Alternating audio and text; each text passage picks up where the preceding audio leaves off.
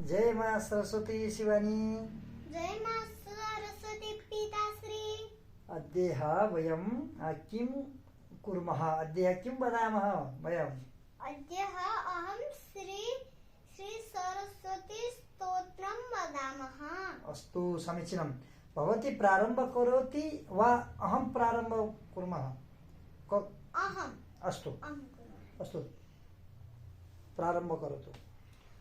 ॐ रविरुद्र पितामहविष्णुनुतं हरिचन्दन कुङ्कुमपङ्कयुतं मुनिवृन्दगणीन्द्रसमानयुतं तव नौमि सरस्वती पादयुगम् शशिशुद्धसुधा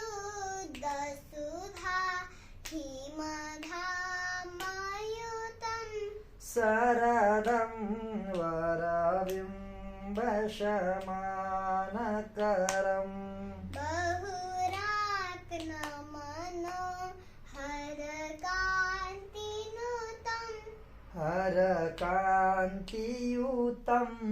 तव नौमि सरस्वती पादयुगम् कनकाब्जविभूषितभूतिवगं भववाभविभासितविन्नपदम् प्रभुचित्तसमाहितसाधुपदं तव नौमि सरस्वती पादयुगम् भवसागरमज्जनभीतिनुतं प्रतिपदितसन्ततिकारमिदम् विमलादिकसूत्तविशुद्धपदं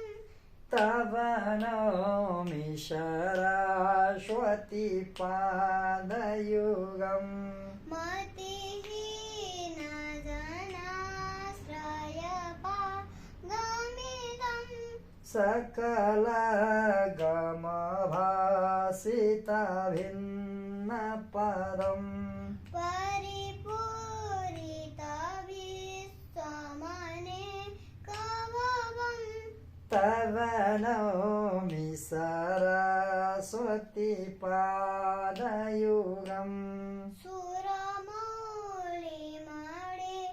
द्युतिशुद्धतलं विस्मृतवान्।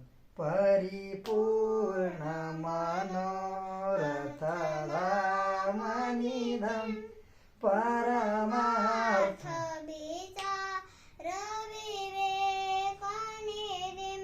सुरयोषितसेवितपादतलम् तव नौमि सरस्वती पादयुगं सुरमौलिमणिद्युतशुभ्रकरम् विषयादिमहाभयवर्णनं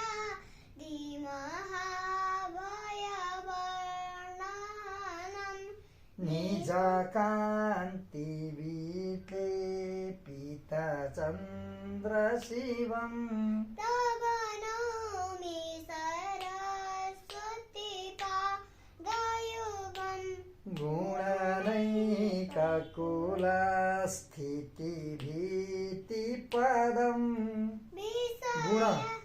गुणगौरवगर्भितसत्यपदं कमलोदरकोमलपादतलम् तव नौमि सरस्वती पादयुगं त्रिसन्ध्यं योजते नित्यं जले वापि स्थले स्थितः पाठमात्रा भवेत् प्राज्ञो मनिष्ठ पुनः पुनः पाठमात्रा भवेत् प्राज्ञो ब्रह्मनिष्ठ पुनः पुनः वयम् आगच्छामः, वयं मिलित्वा सरस्वती वन्दनापि कुर्मः। अस्तु।